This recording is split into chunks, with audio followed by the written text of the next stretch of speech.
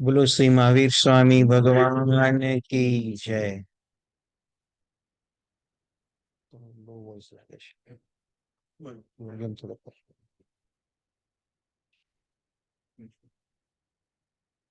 નમો અરિહંત,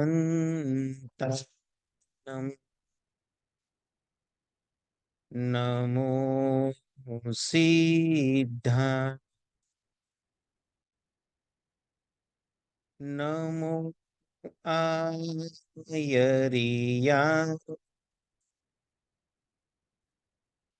નમો ઉવજાયાનમ,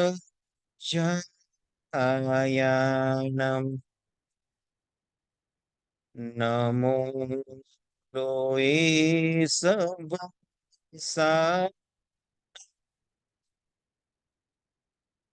એસો પંચ નમુકારો serve પાવપણાસણો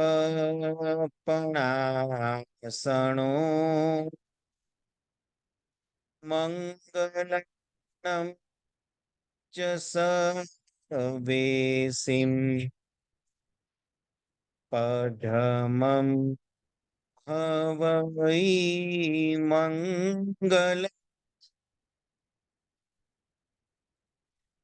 ધ્યાતા આચારજ ભલા મહામંત્ર શુભ ધ્યાની રે પંચ પ્રસ્થાને આત્મા આચારજ હોય પ્રાણી રે વીર જિનેશ્વર ઉપદેશે તમે સાંભળજો ચિતલાઈ રે આત્મ જ્ઞાને આત્મા વૃદ્ધિ મળે સવિયાઈ રે। પરમાત્મા મહાવીર દેવના શાસનના પરમાર્થને પામેલા આચાર્ય ભગવંત રત્ન શેખર શુરીશ્વરજી મહારાજા સિરી સિરીવાલ કહા નામના ગ્રંથની અંદર નવપતજી ભગવંતના આલંબને જીવ ચાર પ્રકારના ધર્મને આચરીને ભાવ ધર્મની પ્રધાનતા સાથે કઈ રીતે પોતે ભગવાન બને છે એનું સુંદર વર્ણન કરવામાં આવ્યું છે। આપણે સૌ શાશ્વતી આંબિલ તપની આરાધનામાં જોડાયા છીએ। એ શાશ્વતી ઓળીના પર્વના દિવસોનો આજે મંગલમય ત્રીજો દિવસ, આચાર્ય પદની આરાધના। શરૂઆતના 2 દિવસની અંદર દેવ તત્વની આરાધના કરી, સાધ્ય પદની આરાધના કરી, જે આપણા સૌનું અંતિમ લક્ષ્ય છે એવો અરિહંત પદ અને સિદ્ધ પદ। આ 2 પદની આરાધના એ દેવ તત્વની આરાધના છે। દેવ તત્વ સુધી પહોંચાય કેવી રીતે એ માટે ગુરુ ભગવંતનું માર્ગદર્શન ખૂબ જરૂરી છે। આપણે બધા એવા વિશિષ્ટ જ્ઞાની નથી કે આપણી જાતે અંદરથી બોધ પ્રગટ થાય અને આપણે પ્રભુના શાસનને પામી શકીએ, પરમાત્મા સુધી પહોંચી શકીએ એવી વિશિષ્ટ શક્તિ કે વિશિષ્ટ જ્ઞાન આપણી અંદર નથી। તો એ જ્ઞાનનો અમૂલ્ય વારસો આપણા સુધી આવે કેવી રીતે? ગુરુ ભગવંતના માધ્યમે। એટલે અરિહંત પદ અને સિદ્ધ પદ આ 2 પદની આરાધના બતાવ્યા બાદ ત્રીજા પદે આચાર્ય પદની આરાધના બતાવી। આજથી 3 દિવસ ગુરુ પદની આરાધના કરવાની છે। ગુરુ પદમાં કર્મના ફેરફારના કારણે આચાર્ય, ઉપાધ્યાય, સાધુ આ બધી અલગ અલગ પદવીઓ શાસનમાં આપણને બતાવી છે. ગુરુ તત્વની અંદર આચાર્યને પ્રમુખ સ્થાને મૂકવામાં આવ્યા, ત્યારબાદ ઉપાધ્યાય પદ અને ત્યારબાદ સાધુ પદ. આમ જુઓ તો અરિહંત અને સિદ્ધ દેવ તત્વ છે, પણ એ સાધ્ય પદો છે, જેને એચીવ કરવા માટે આ દુનિયાના તમામ જીવો મહેનત કરી રહ્યા છે. એવું અરિહંત અને સિદ્ધ પદ એ બે સાધ્ય પદો છે. એ સાધ્ય પદ કોણ સાધી શકે? તો જે સાધક બને એ જ સાધ્ય સુધી પહોંચી શકે. તો સાધક આત્મા કોણ? તો જીન શાસનની દ્રષ્ટિએ સાધક આત્માની અંદર આચાર્ય, ઉપાધ્યાય અને સાધુ આ ત્રણ પદને મૂકવામાં આવ્યા, કે એ ત્રણ એવા સરસ સાધકો છે. આચાર્ય, ઉપાધ્યાય અને સાધુ આ ત્રણ એવા સાધકો છે કે આ દુનિયાની તમામ આળ પંપાળમાંથી મુક્ત થયા, એકમાત્ર અરિહંત પદ અને સિદ્ધ પદની સાધનામાં જેઓએ પોતાનું જીવન સમર્પિત કર્યું છે. એવા સાધક આત્માઓ આચાર્ય, ઉપાધ્યાય અને સાધુ પદે બિરાજમાન છે.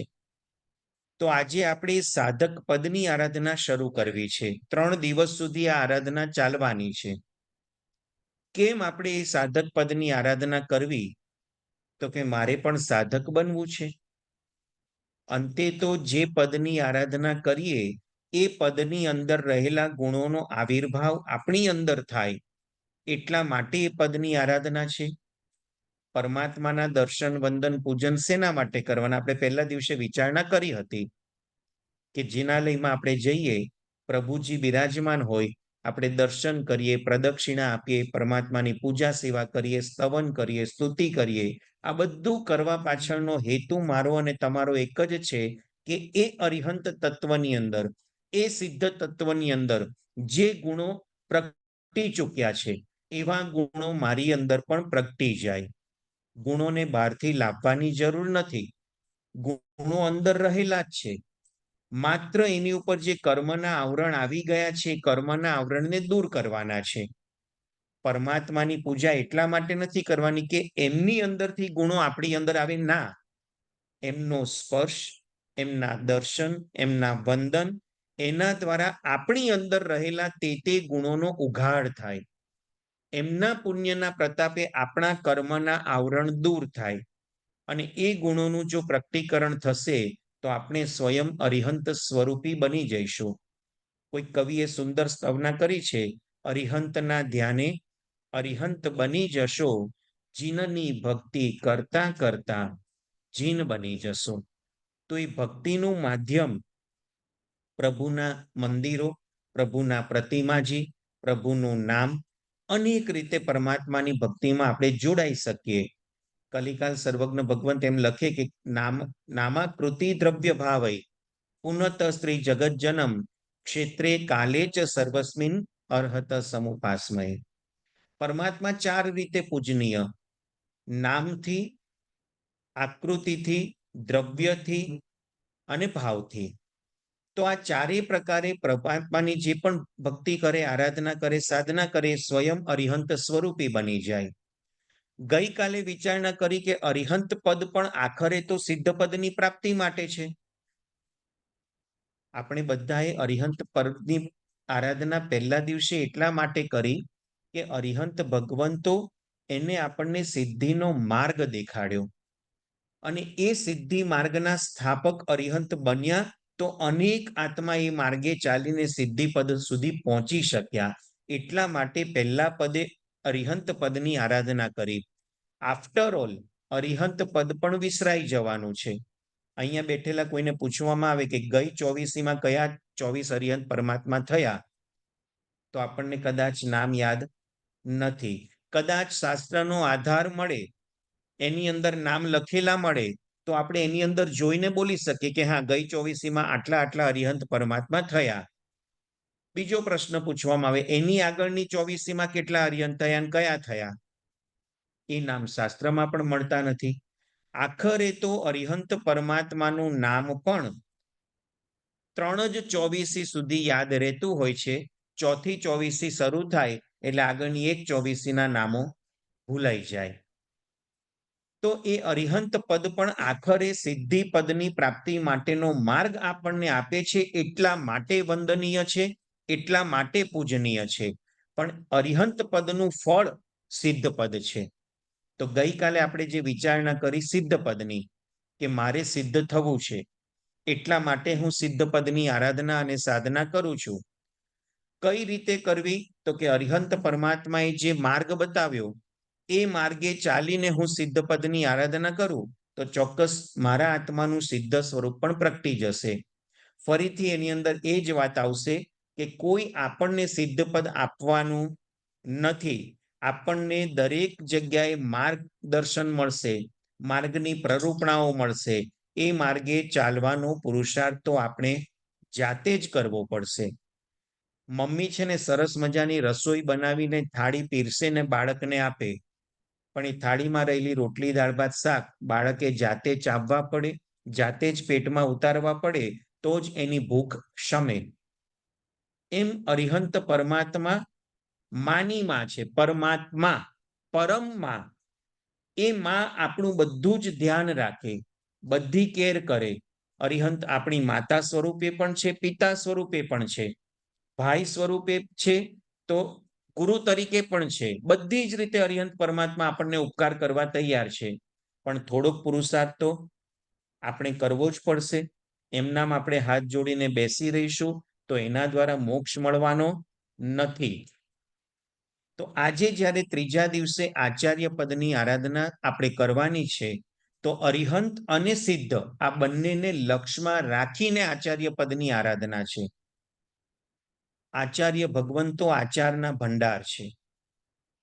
એમની અંદર અનેક પ્રકારના સુંદર આચારો જીવનમાં પ્રવર્તતા હોય છે. મુખ્યતયા 5 આચારોનું વર્ણન શાસ્ત્રમાં આવેલું છે. હમણાં જ લઘુ સિદ્ધચક્ર પૂજન કર્યું, એમાં આચાર્ય પદનો મંત્ર આપણે બોલ્યા, ઓમ રીમ પંચાચાર પવિત્રેભ્ય શ્રી સૂર્યભ્યો નમઃ સ્વાહા. તો આ મંત્રની અંદર પણ મુખ્ય વિશેષણ તરીકે 5 આચારો જ બતાવવામાં આવ્યા, કે જે પોતે પંચાચાર પાળી અને પવિત્ર થયેલા છે, એવા આચાર્ય પદની આરાધના મારે કરવી છે. આપણે આપણું જીવન વિચારીએ, આપણું જીવન દુરાચારોથી ભ્રષ્ટ થયેલું છે. દુરાચાર, વ્યભિચાર, અનાચાર, ભ્રષ્ટાચાર, આ દરેક આચારોથી આપણું જીવન ખરડાયેલું છે. ક્યાંય આપણા આચારોના ઠેકાણા નથી. અને એના કારણે સાચો માર્ગ મળ્યો હોવા છતાં એ માર્ગે ચાલવાનો પુરુષાર્થ હું કે તમે સાચી રીતે કરી શકતા નથી. કલાક સવા કલાક સ્વાધ્યાયમાં આપણે બધા જોડાયા, ત્યાં સુધી આપણા મન, વચન અને કાયા પ્રભુની વાણીમાં સ્થિર થયા.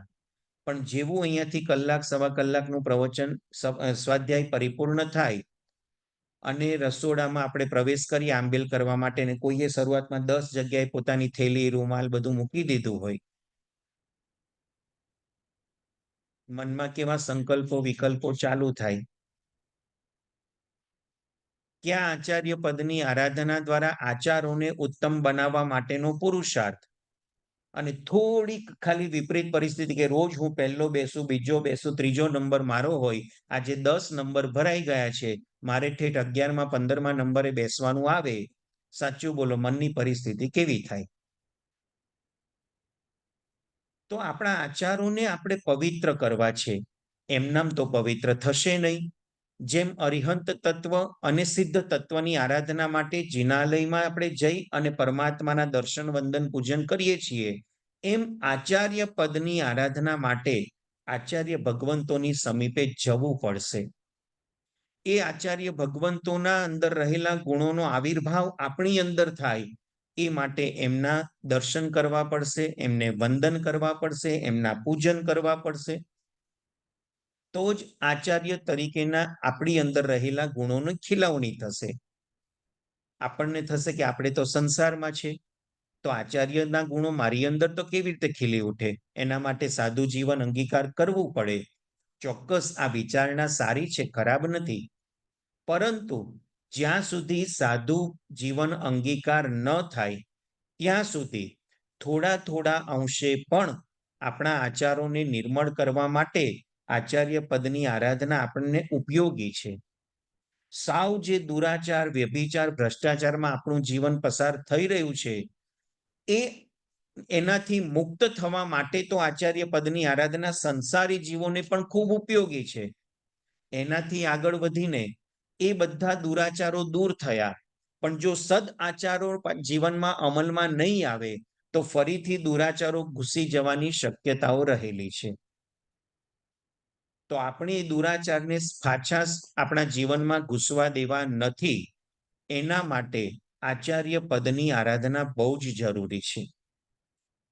આપણે દ્રવ્યથી તો આચાર્ય પદને અનુલક્ષી 36 સાથિયા કરીશું, 36 ખમાસમણા આપીશું, 36 લોગસનો કાવસક કરીશું, આચાર્ય પદની 20 નવકારવાળી ઓમ રીમ નમો આયરિયાણમ.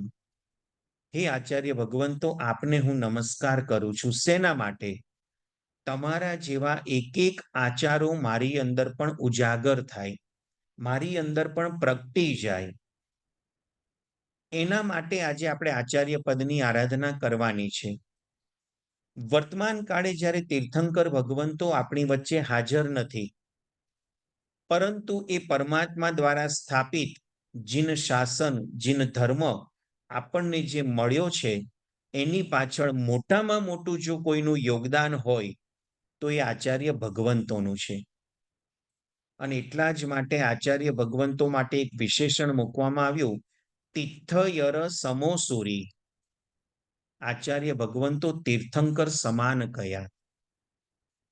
શું ગરિમા હશે આચાર્ય પદની કે એમને તીર્થંકર જેવા ગણવામાં આવ્યા? આમ જોવા જાવ તો હજી તો એમને કેવળ જ્ઞાન પણ પ્રગટ નથી થયું. આમ જોવા જાવ તો મનઃપર્ય જ્ઞાન પણ નથી, અવધિ જ્ઞાન પણ નથી, અને મતિ જ્ઞાન, શ્રુત જ્ઞાન જે થોડા ઘણા અંશે છે, એના અંદર પણ એમને તીર્થંકર સમાન ગણવામાં આવ્યા. એની પાછળનું રહસ્ય શું હશે? આચાર્ય પદ એ અનુશાસ્ય પદ છે. આચાર્ય ભગવંતો વર્તમાન કાળે જીન શાસનના રાજા છે. કારણ કે તીર્થંકર ભગવંતો શાસન સ્થાપીને ગયા. એમની અંદર તો કેવળ જ્ઞાન, કેવળ દર્શન હતું, એટલે બધી જ વસ્તુની પ્રરૂપણા યથાર્થ સ્વરૂપે કરી શકતા હતા. આચાર્ય ભગવંતો એની અંદર કેવળ જ્ઞાન નથી, પરંતુ પરમાત્માએ દર્શાવેલા જે પદાર્થો ગણધર ભગવંતો એને શાસ્ત્રમાં ગૂંફીને ગયા, એનો અભ્યાસ કરવા દ્વારા એ શાસ્ત્રને નજર સામે રાખી અને તીર્થંકર ભગવંત જેવી જ પ્રરૂપણા એમના શ્રી મુખે થાય, એટલા માટે આચાર્ય ભગવંતોને તીર્થંકર સમાન ગણવામાં આવ્યા છે. પદ્મ વિજયજી મહારાજાએ નવપતજી પૂજાની ઢાળો બનાવેલી છે. એની અંદર આચાર્ય પદની પૂજામાં લખવામાં આવ્યું છે, શુદ્ધ પ્રરૂપક ગુણ થકી જે જીનવર સમભાખ્યા રે, 36 ગુણે શોભિત સમયમાં દાખ્યા રે. આચાર્ય ભગવંતો એ શુદ્ધ પ્રરૂપણા કરનાર છે. ક્યાંય પણ તીર્થંકર ભગવંતની વાણી અને એમની વાણી વચ્ચે ક્લેશ ઊભો ન થાય, કોઈ પણ એવી વિપરીત પ્રરૂપણા ન થાય, એના માટે સતત પોતે જાગ્રત છે. અને એટલા માટે એમને તીર્થંકર સમાન ગણવામાં આવ્યા. તો વર્તમાન કાળે ભલે તીર્થંકર ભગવંતો સાક્ષાત સદેહે આપણી વચ્ચે હાજર નથી, પરંતુ એ આચાર્ય પદની આરાધના એ જોવા જાવ તો તીર્થંકરની આરાધના છે. એ આચાર્ય પદની ભક્તિ તીર્થંકર ભગવંતની ભક્તિ છે. અને તીર્થંકર ભગવંતની જ નહીં, તીર્થંકર ભગવંતના પ્રથમ શિષ્ય, પ્રથમ ગણધરથી લઈ પરમાત્માની પાઠ પરંપરામાં જેટલા ગણધર ભગવંતો થયા, જેટલા આચાર્ય ભગવંતો થયા, એ બધાની ભક્તિ આચાર્ય પદની આરાધનામાં છે. એટલે આજે આપણે જે કંઈ આચાર્ય પદની આરાધના જે પણ રીતે કરીશું, ઘણાને એમ થાય કે આંબેલ કર્યું હોય ને તો જ 36 ખમાસમણા દેવાય, તો જ 36 લોગસનો કાવસક થાય. ના, એવું નથી. એમને તો વિશેષ રીતે આ કરવાનું જ છે, પણ આંબેલ કદાચ ન થઈ શકે, કોઈ એકાશનાથી પણ ભક્તિ કરે, કોઈને એકાશનું પણ કદાચ ન થાય, બિયાશનું થાય, અરે બિયાશનું પણ ન થાય, નવકારસી કરે, એ પણ 36 સાથિયા, 36 ખમાસમણા, 36 લોગસનો કાવસક કરવા દ્વારા 20 નવકારવાળી ઓમ રીમ નમો આયર્યાણમ પદની ગણવા દ્વારા આચાર્ય પદની ભક્તિ કરી શકે. એટલે એવું જરૂરી નથી કે જે તપશ્ચર્યા કરે એને જ આ વિધિ કરવાની, બધા માટે આ બતાવ્યું છે. આંબિલની તપશ્ચર્યા પૂર્વક જો આ વિધિ થાય તો એનો લાભ વધારે ઉત્તમ મળે. પણ કદાચ કોઈ કારણસર શરીરમાં એવી નબળાઈ છે કે આપણે આંબેલ, એકાશના, બિયાશના નથી કરી શકતા, તો પણ આ દરેક પદની આરાધનામાં જ્યાં જ્યાં જેટલા ખમાસમણા, કાવસક, સાથિયા વગેરે બતાવ્યું હોય તે પદની આરાધના કરવી જોઈએ.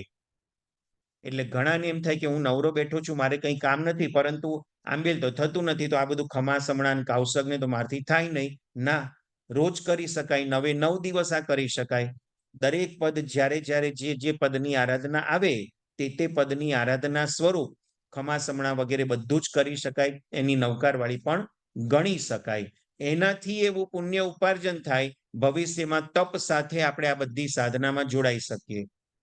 અત્યારે કદાચ શરીરમાં શક્તિ એવી ન હોય, તપ નથી થતો, પણ જો એ પદની આરાધના વિશિષ્ટ ભાવથી આપણે કરીએ તો ભવિષ્યમાં તપ સાથે જોડી શકીએ એટલી શક્તિ આપણને પ્રાપ્ત થાય અને એના દ્વારા તે પદની આરાધના ઉત્કૃષ્ટ રીતે થાય. તો આ આચાર્ય પદની આરાધનામાં મુખ્યતયા આચાર્ય ભગવંતના 5 ગુણો, 5 આચારો એનું વર્ણન કરવામાં આવ્યું. આમ તો 36 એ શોભતા રે, આચાર્ય ભગવંતો 36 ગુણના ધારક છે એટલું જ નહીં, પદ્મવિજયજી મહારાજા લખે છે કે આચાર્ય ભગવંતો 36 વખત 36 ગુણના ધારક છે. એટલે કે 36 મલ્ટીપ્લાય 36, 1296 ગુણ આચાર્ય ભગવંતોના હોય છે. આ આચાર્ય ભગવંતો એકદમ આચાર્ય પદની ગરિમાને સારી રીતે વહન કરનારા હોય છે, જેને ભાવાચાર્ય તરીકે શાસ્ત્રમાં દર્શાવવામાં આવ્યા છે. તો એ ભાવાચાર્ય ભગવંતો 1296 ગુણના ધારક હોય. મુખ્ય 36 ગુણ બતાવ્યા, બાકી એની સંલગ્ન આગળ પાછળ નાના મોટા બીજા ગુણોને ઉમેરી અને 1296 ગુણ આચાર્ય ભગવંતના બતાવવામાં આવ્યા છે. તીર્થંકર ભગવંતો શાસનની સ્થાપના કરે, ગણધર ભગવંતો દ્વાદશાંગીની રચના કરવા દ્વારા એ શાસન કઈ રીતે સુંદર રીતે આગળ ચાલે એની પ્રરૂપણા, એનું નિરૂપણ દ્વાદશાંગીની અંદર કરતા હોય છે. અને એ શાસનની આરાધના અને સાધના દ્વારા જીવ મુક્તિ માર્ગે કેવી રીતે આગળ વધે, આ વાતો ગણધર ભગવંતોએ દ્વાદશાંગીમાં મૂકી દીધી. પરંતુ એ દ્વાદશાંગી ડાયરેક્ટ આપણે સમજી શકીએ કે વાંચી શકીએ, એનો અર્થ વિચારી શકીએ એવી આપણી શક્તિ નથી. તો તે સમયની અંદર થયેલા મહાન આચાર્ય ભગવંતો એને દ્રવ્ય ક્ષેત્ર કાળ ભાવની વિચારણાઓ કરી અને મૂળ જે દ્વાદશાંગી સ્વરૂપ 12 આગમ ગ્રંથો હતા, દ્વાદશાંગી એટલે દ્વાદશ અંગ, દ્વાદશ એટલે 12, પ્રાકૃત ભાષામાં 12 ને દ્વાદશ કહેવાય. તો દ્વાદશ એટલે 12 અંગ, એની રચના થોડાક આગળથી આવો તો પાછળથી હજી આવનાર છે તો બેસી શકે. ભાઈઓ આગળની ખુરશી ખાલી હોય તો સહેજ આગળ આવી જાઓ, પાછળથી બધા બહેનો જોડાઈ શકે. હા, નીચે બેસવાની અનુકૂળતા હોય તો બહેનોમાં ભાઈઓમાં બંને બાજુ જગ્યા છે નીચે બેસવા માટે. 2 મિનિટ ખાલી તેજસ તું ફોરવર્ડ ઓલ ધ વે અને બેનો બેસી શકે આપણી પાછળ અહીંયા 6 ખુરશીઓ ખાલી છે, જે ભાઈઓ આગળ 6 ખુરશી ખાલી છે.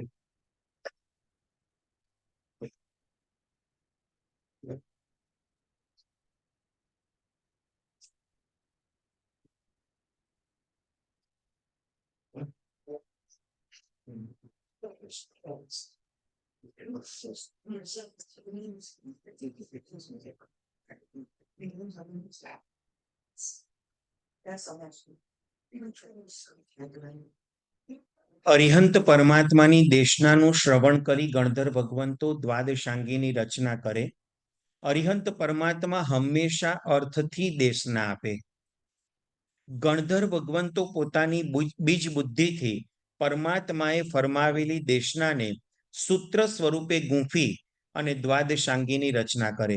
કારણ કે દેશનામાં શબ્દો ઘણા બધા મુકાયા હોય, એટલું બધું રચના કરવી ઘણું કઠિન થાય, અને એ અર્થથી થયેલી દેશના એને જો સૂત્ર રૂપે ગૂંફી લે તો ઘણું બધું સિંક્રોનાઇઝ થઈ જાય, નાનું થઈ જાય, અને એના દ્વારા દ્વાદશાંગીની રચના થાય.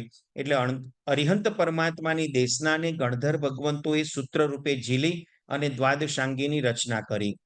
એ દ્વાદશાંગી પાઠ પરંપરાએ મુખ પાઠથી આગળ ને આગળ વધતી ચાલી.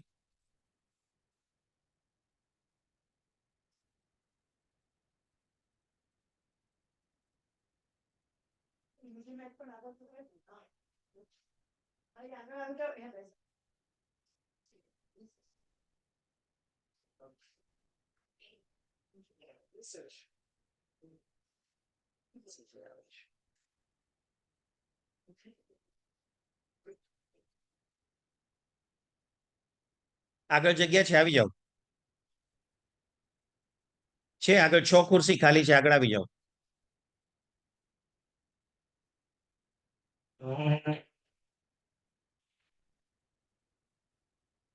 વચ્ચે થોડી થોડી જગ્યા રાખી છે ને તો પેલી નવું સીધે તો બીજા આવે ને તો સીધું એને ઈઝી પડે. અહીંયા આ બાજુ વચ્ચે જગ્યા રાખીને છે ને સાઈડ પર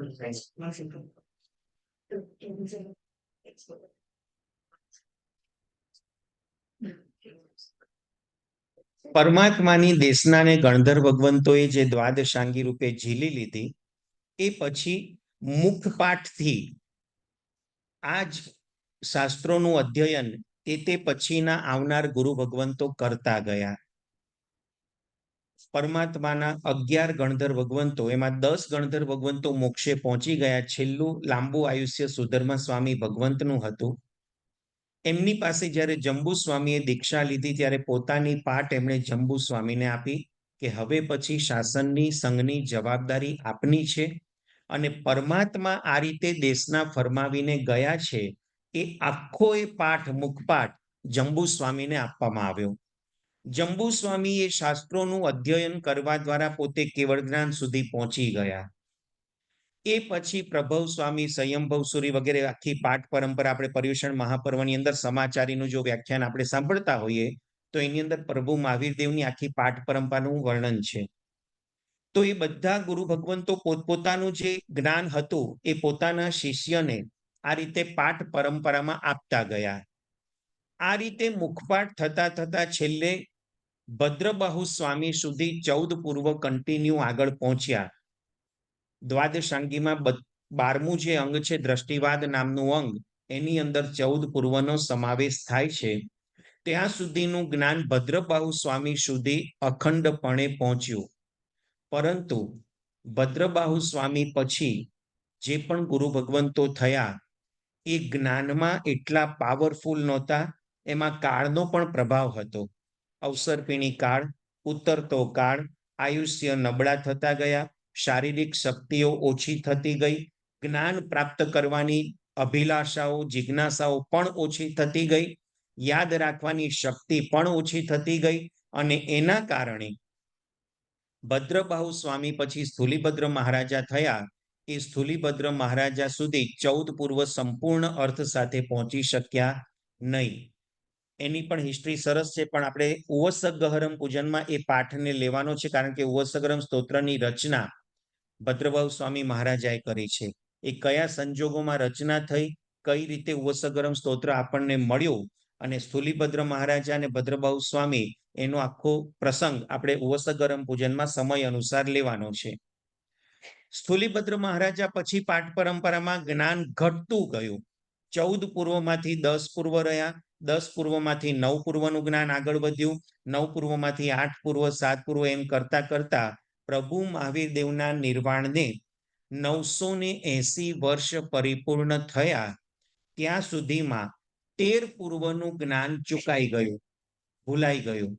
માત્ર 1 પૂર્વનું જ્ઞાન બાકી રહ્યું.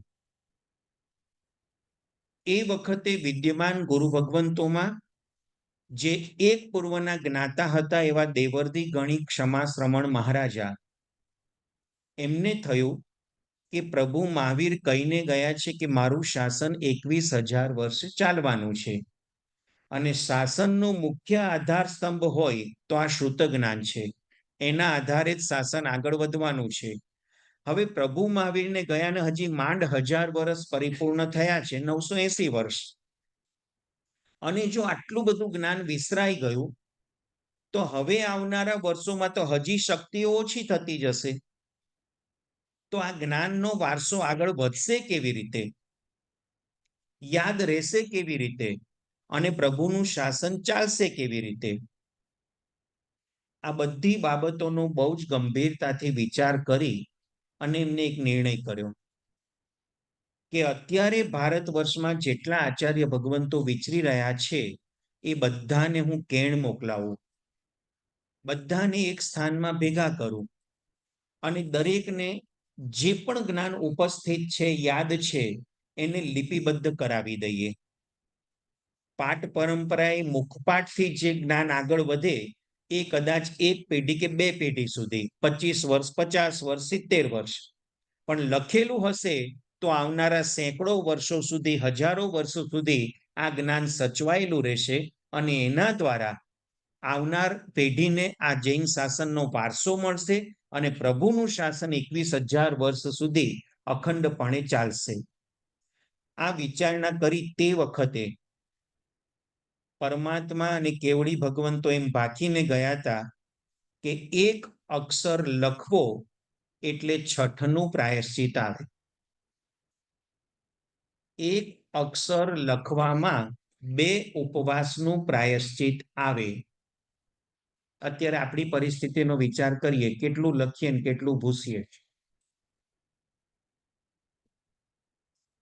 પણ છતાં સારી વસ્તુને લિપિબદ્ધ કરવી એની પાછળનો હેતુ એક જ હતો કે મારા પ્રભુનું શાસન આગળ ચાલે અને એ શાસનને પામીને અનેક જીવો આ સંસાર સાગરને તરી જાય. આ હેતુથી, આ ભાવનાથી આ જ્ઞાનને લિપિબદ્ધ કરવાનો પુરુષાર્થ કરવામાં આવ્યો. આ વાતને એટલા માટે લઉં છું, અત્યારે આપણે આચાર્ય પદની આરાધનાની વિચારણા કરી રહ્યા છીએ. તો આચાર્ય ભગવંતોએ શાસનમાં શું યોગદાન આપ્યું છે? મને અને તમને જે એકદમ ઇઝી ગોઈંગ લાગે છે એ શાસન મળ્યું છે ને, એ એમનામ નથી મળ્યું. એની પાછળ મહાપુરુષોએ પોતાની જિંદગી ખર્ચી નાખી. આખું જીવન શાસનને સમર્પિત કરીને એ શાસન કઈ રીતે આગળ વધે એ માટે લોહી પાણી એક કર્યા. એ વખતના શ્રાવકોએ પણ કેટલી મહેનત કરી હશે. જ્યારે આ દેવર્દી ગણિત ક્ષમાશ્રમણનું જીવન ચરિત્ર વિચારવામાં આવે એ વખતે આજની જેમ કોમ્યુનિકેશન આટલું બધું ઇઝી નહોતું.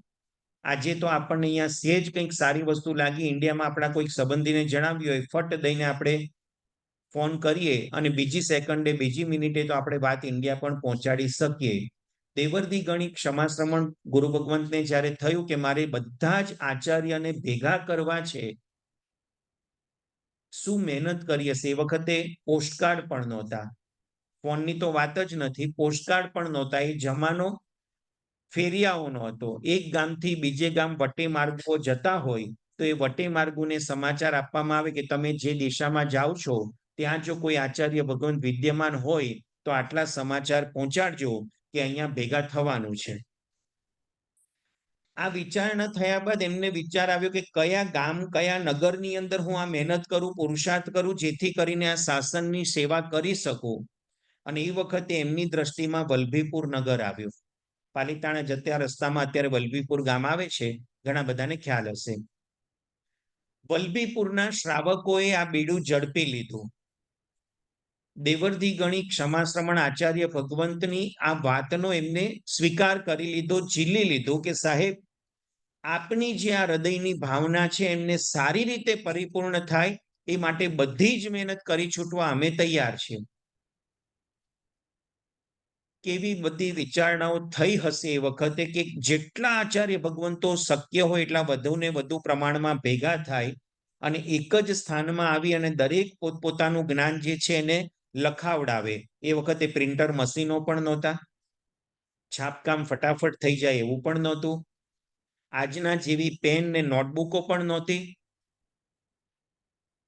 આચાર્ય ભગવંતોને બધી જગ્યાએ કેણ મોકલવામાં આવ્યા અને શાસ્ત્રકાર ભગવંતો ઇતિહાસમાં એમ લખે છે કે વલભીપુરની અંદર 500 આચાર્ય ભગવંતો ભેગા થયા. 500 આચાર્ય ભગવંત એ જમાનામાં, અત્યારે તો કદાચ છે ને એક આચાર્ય ભગવંતને 5-7 શિષ્ય પણ હોઈ શકે. એ જમાનાની અંદર ઓછામાં ઓછા 100 શિષ્ય હોય ને ત્યારે આચાર્ય પદ અર્પણ કરવામાં આવતું. એટલે જો 500 આચાર્ય ભેગા થયા હોય તો સાધુ ભગવંતનો સમુદાય કેટલો હશે? સાધ્વીજી ભગવંતનો સમુદાય કેટલો હશે? આ એક વિચારણા કરવાની છે. એક્ઝેક્ટ આંકડા ક્યાંય શાસ્ત્રમાં મળતા નથી. શાસ્ત્રમાં એટલું લખીને મૂકી દીધું કે 500 આચાર્ય ભગવંતો ભેગા થયા. આજે પણ તમે વલભીપુર જાઓ ને તો જૂનું જિનાલય છે એના ભોયરાની અંદર એ 500 આચાર્ય ભગવંતો આખા યુ શેપની અંદર એમના નાના નાના પ્રતિમાજી મૂકેલા છે. એ આ ઇતિહાસને પ્રૂવ કરે છે કે અહીંયા આગળ આ સ્થાનની અંદર 500 આચાર્ય ભગવંતો ભેગા થયા હતા. તે વખતના શ્રાવકોએ સારામાં સારા કહી શકાય એવા નેપાળ, શ્રીલંકા વગેરે દેશોમાંથી તાડપત્ર મંગાવ્યા. કારણ કે કાગળના જમાના નહોતા, લખવાનું તો કઈ એવું પ્રયોજન જ નહોતું. એટલા માટે તાડપત્ર મંગાવવામાં આવ્યા, કોરી સહી મંગાવવામાં આવી, કલમો તૈયાર કરવામાં આવી, એ સહીને લિક્વિડ ફોર્મ આપવામાં આવ્યું. એ બધું થયા બાદ આચાર્ય ભગવાન જાતે તો લખે નહીં, કારણ કે એક અક્ષર લખવામાં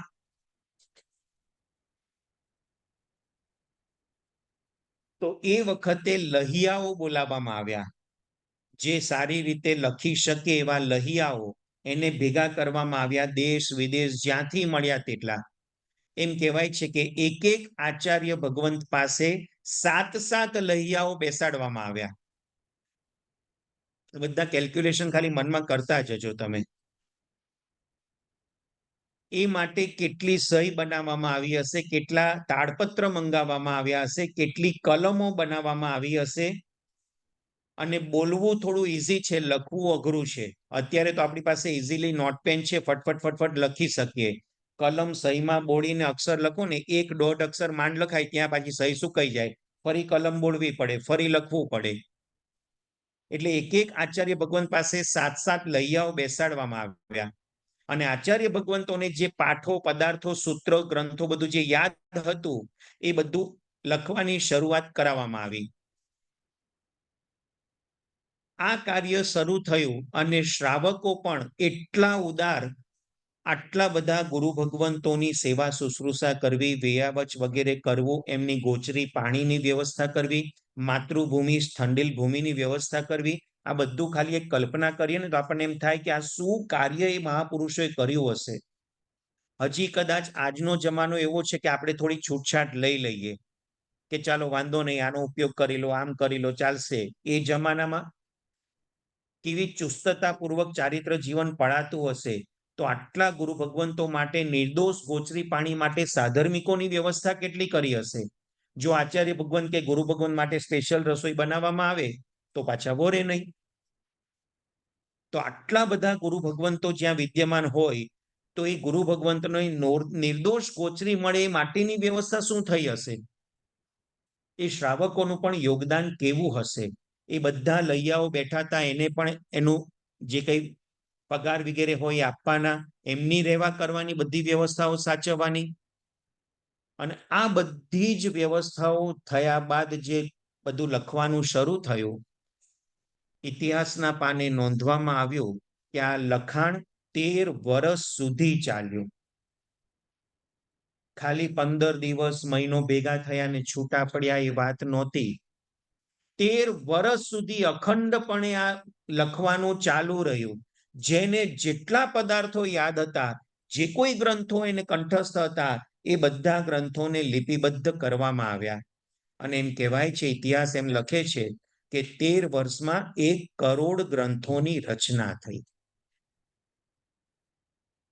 કેટલા તાડપત્રનો ઉપયોગ થયો હશે, કેટલી સહીનો ઉપયોગ થયો હશે, ગુરુ ભગવંતોએ શું શાસન માટે યોગદાન આપ્યું હશે. પોતાને જે પદાર્થો યાદ હોય એ લખાવતા લખાવતા વચ્ચે ક્યાંક શરત ચૂક થાય તો પાછું એ પાનું કાઢી નાખવાનું, બીજું પાનું ઉમેરવાનું. કેટલી મહેનત કરી હશે. મને અને તમને અત્યારે જે વારસો મળ્યો છે ને, બહુ અમૂલ્ય વારસો છે. પણ કદાચ આપણે આ બધો ઇતિહાસ નથી જાણતા, એટલે એકદમ ઇઝી ગોઈંગ કે એમાં શું, હવે ઇન્ડિયાથી આવ્યા, ચલો ભગવાન લઈ આવ્યા, પુસ્તકો લઈ આવ્યા, જે પણ ગ્રંથો અવેલેબલ હતા લઈ આવ્યા અને એનો સ્વાધ્યાય કરીએ છીએ. ઠીક છે, હવે ભણવાનું આવડે તો ઠીક છે, નવકાર પંચિંદ્રિય શીખી ગયા, લોગસ આવડી ગયો, બહુ થયું. કોઈકને વંદિત તો આવડે છે, પ્રતિક્રમણ તો કરાવે જ છે ને, શું વાંધો, આપણે એમાં શીખવાની શું જરૂર છે? કોઈકને અતિચાર આવડે તો કે પક્ષી પ્રતિક્રમણ કરાવે છે, એકને આવડે છે ને, બહુ થઈ ગયું. પણ આ કોવિડના સમયમાં બધાને ખ્યાલ આવી ગયો કે આપણે જો નથી શીખ્યા તો કેટલી મુશ્કેલી પડી, કેટલી તકલીફ પડી. આ બધો જે અમૂલ્ય વારસો આપણને મળ્યો છે ને, એની પાછળ મહાપુરુષોનું જે યોગદાન છે ને, આપણે કોઈ કલ્પના ન કરી શકીએ. અને એ દેવર્દી ગણિત ક્ષમાશ્રમણ નામના આચાર્ય ભગવંતના વડપણ હેઠળ બાકીના જે 500 આચાર્ય ભગવંતોએ ભેગા થઈને જે ગ્રંથોની, જે શાસ્ત્રોની રચના કરી, એના કારણે અત્યારે જીન શાસન ઉજળું છે. એ પછીના સમયમાં પણ મહાપુરુષો થતા ગયા, આચાર્ય ભગવંતો થતા ગયા. જે ગ્રંથોની ઓરિજિનલી પ્રાકૃત સંસ્કૃત ભાષામાં રચનાઓ થઈ હતી, એ ગ્રંથોમાં અમુક અમુક ગ્રંથો આજે પણ વિદ્યમાન છે. આજે પણ પ્રાચીન જ્ઞાન ભંડારો, પાટણ હોય, ખંભાત હોય, જેસલમેર હોય, અત્યારે અમદાવાદ, કોબા, આવા જ્ઞાન ભંડારોની અંદર આજથી 1400-1500 વર્ષ પહેલા લખાયેલા તાડપત્રના ગ્રંથો આજે પણ મોજૂદ છે. આપણને એના દર્શન કરવાની પણ જિજ્ઞાસા ખરી. ભણવાની વાત તો ઘણી બધી દૂર છે. પણ આવો અમૂલ્ય વારસો આપણા શાસનને, આપણા સંઘને ને એના થકી આપણને આ વારસો મળ્યો છે, આપણે એના વારસદાર છીએ, એનું ગૌરવ ખરું આપણને. માત્ર 9 દિવસ આંબેલ કરી લીધા, ખમાસણા દઈ દીધા, કામ પૂરું થયું. આંબેલની હોળી કેવી રહી? બહુ સરસ રહી. એમાંય પાછા કોઈ પૂછે, હિતેશભાઈ આવ્યા હતા, કેવું રહ્યું? અરે બહુ સરસ સમજાતા, શું મજા આવી ગઈ.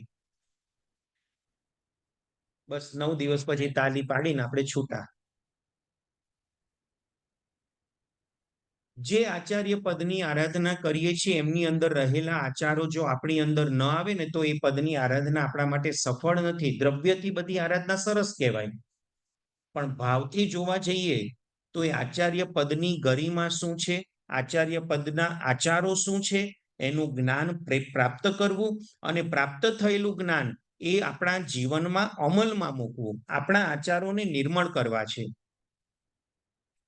5 આચારના નામ તો અહીંયા બેઠેલા ઘણા બધાને આવડતા હશે. જ્ઞાનાચાર,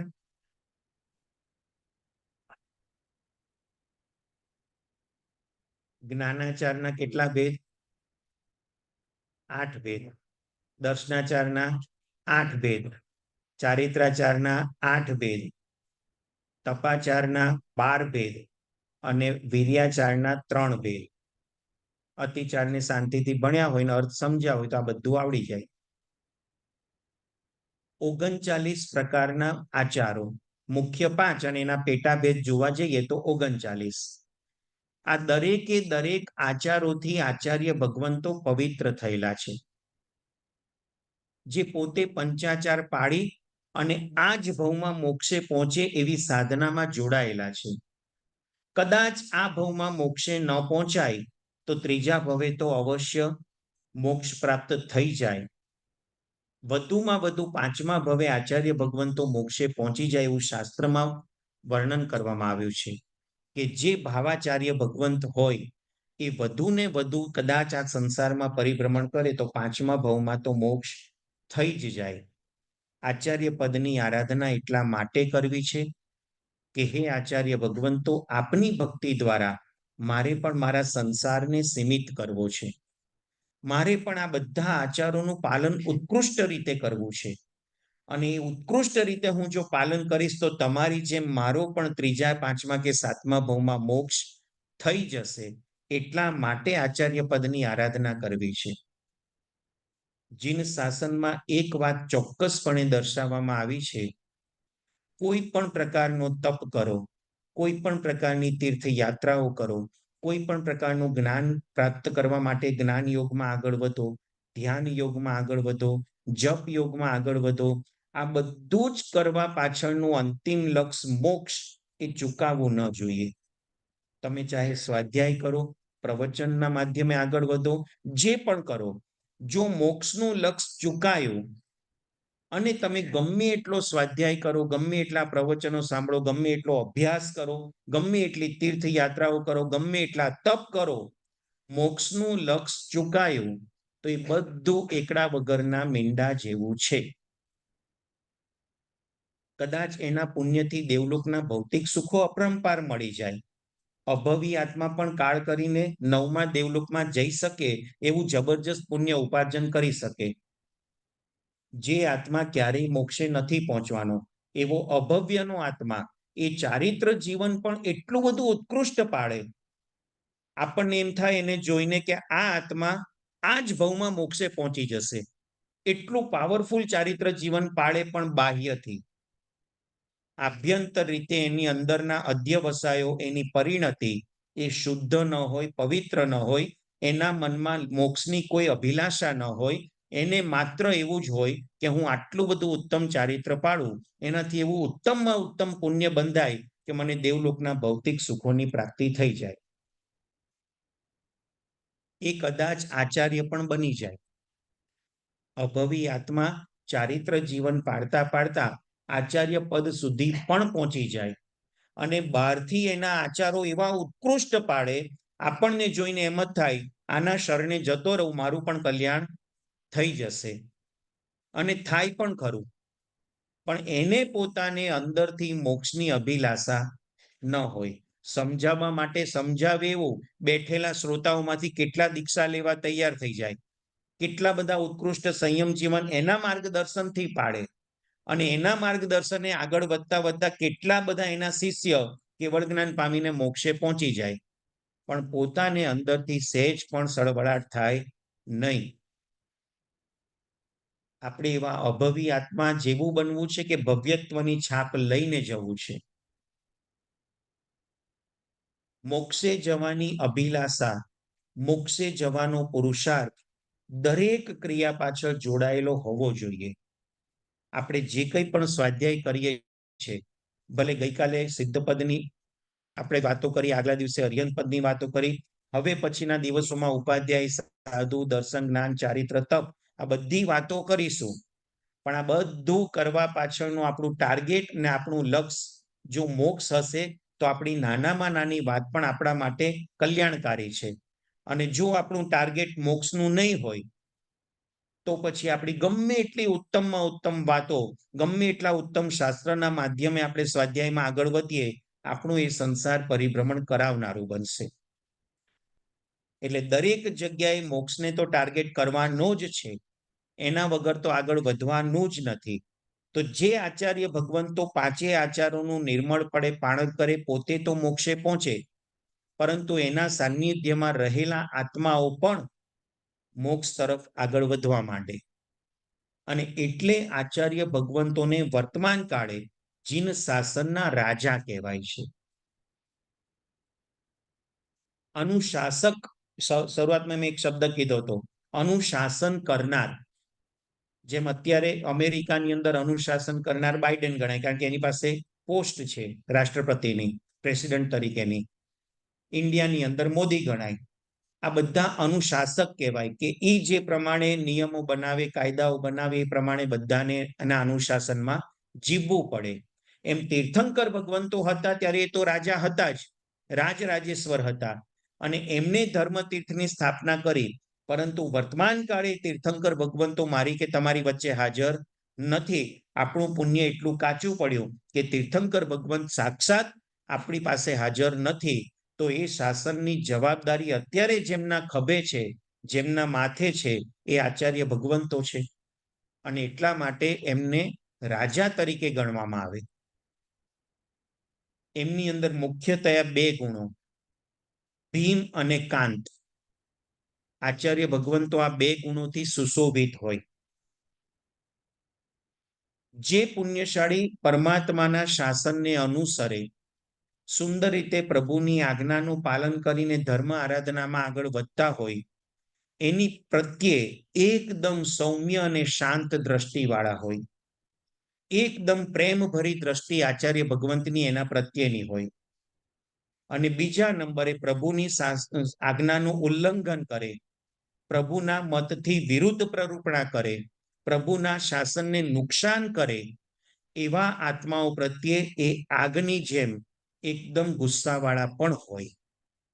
આ બંને ગુણ, ભીમ અને કાંત. ભીમ એટલે એકદમ કડક સ્વભાવ અને કાંત એટલે સૌમ્ય સ્વભાવ. તો આ બંને ગુણોથી સુશોભિત હોય. આ બંનેને ગુણ તરીકે ગણવામાં આવ્યા. કડક સ્વભાવને પણ ગુણ તરીકે ગણવામાં આવ્યો. કેમ? જો એ પોતે કડકાઈ ન રાખે અને બહુ જ સૌમ્યતાથી વર્તન કર્યા કરે, તો પછી લોકોને સ્વેચ્છાચાર, સ્વચ્છંદી બની જાય, પોતાને મન ફાવે એમ ધર્મની આરાધના કરવા માંડે, ધર્મના નામે ધતિંગ કરવા માંડે અને કેટલા બધાને ગેરમાર્ગે દોરી જાય. તો એવા જીવો માટે આચાર્ય ભગવંતો ભીમ જેવા કીધા છે કે ના, ત્યાં તો કડકાઈ રાખવી જ પડે. આ રીતે નહીં ચાલે, આમ નહીં કરી શકાય. ત્યાં કડકાઈથી વર્તન કરવું પડે. અંદરથી એના આત્માની કરુણા, કલ્યાણ થાય એવી કરુણાનો ભાવ હોય કે આ પુણ્યશાળી પોતે તો ડૂબે છે, બીજાને ડૂબાડવાનો પ્રયત્ન કરે છે, તો મારે એના આત્માનું કલ્યાણ કરવું છે. કેવી રીતે કરીશ? એના પ્રત્યે થોડુંક કડક વલણ રાખીશ તો એ ખોટું કાર્ય કરતો અટકી જશે, સાચા માર્ગે આવી જશે અને એના દ્વારા એના આત્માનું કલ્યાણ થશે. એટલે અંદરથી તો દરેક જીવો પ્રત્યે નિતરતી કરુણા હોય, પરંતુ બહારના વર્તનમાં ફેરફાર હોઈ શકે. આચાર્ય ભગવંતોને સતત શાસનની અને સંઘની ચિંતા હોય કે પ્રભુનું શાસન નિર્વિઘ્નપણે આગળ કેવી રીતે વધે, આવનાર પેઢીમાં પણ આ શાસનનો વારસો કઈ રીતે આગળ વધે. આપણે હમણાં દેવર્દી ગણી ક્ષમાશ્રમણ ભગવાનના જીવનમાં વિચારણા કરી કે ભાઈ આ શાસન શ્રુતજ્ઞાનના આધારે ચાલવાનું છે અને શ્રુતજ્ઞાન જો આમને આમ મોઢે મોઢ પાઠ આપવામાં આવશે, ભૂલાઈ જશે, ચૂકાઈ જશે, તો શાસન કેવી રીતે આગળ વધશે. એટલા માટે એમને શાસ્ત્રોને લિપિબદ્ધ કરાવ્યા. તો એની પાછળનો હેતુ એમનો એક જ હતો, મારા પ્રભુનું શાસન અવિચ્છિન્નપણે આગળ વધે. એમ દરેક આચાર્ય ભગવંતના હૃદયની અંદર પરમાત્માનું શાસન એવું વસેલું હોય કે આ શાસનને પામીને દરેક જીવો કલ્યાણના માર્ગે આગળ વધે. તો જે ખરેખર એ પરમાત્માના શાસનને અનુસરનારા છે, એના માટે આચાર્ય ભગવંતો એકદમ શાંતિથી, એકદમ પવિત્રતાથી, એકદમ પ્રેમાળ સ્વભાવથી એને સંઘમાં, શાસનમાં જોડીને આગળ વધારનારા છે. જ્યારે જે પરમાત્માની આજ્ઞાની વિરુદ્ધ જઈ રહ્યા છે, એનો ભવ સંસાર વધી ન જાય, દુર્ગતિના પરિભ્રમણ વધી ન જાય, એટલા માટે એના પ્રત્યે કડક ભાવ રાખી એને પણ સાચા માર્ગે વાળનારા છે. આવા આચાર્ય ભગવંતોના જ્યારે આપણે વિચારણા કરીએ છીએ ત્યારે જે શાશ્વતી હોળીની આરાધના ચાલે છે, એમાં શ્રીપાળ અને મૈણાનું ચરિત્ર એ પણ આપણને ક્યાંથી પ્રાપ્ત થયું?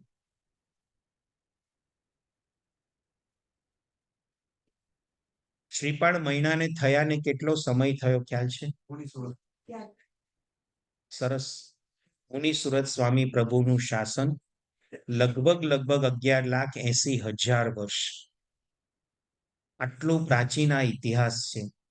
કોઈને એમ થાય કે 1000 વર્ષમાં આટલું બધું ભૂલાઈ ગયું, 11 લાખ વર્ષનું કોણે યાદ રાખ્યું? પણ પરમાત્મા મહાવીર દેવ તો કેવળ જ્ઞાની હતા. ગૌતમ સ્વામી ભગવંત, સુધર્મા સ્વામી ભગવંત, આ બધા કેવળ જ્ઞાની હતા.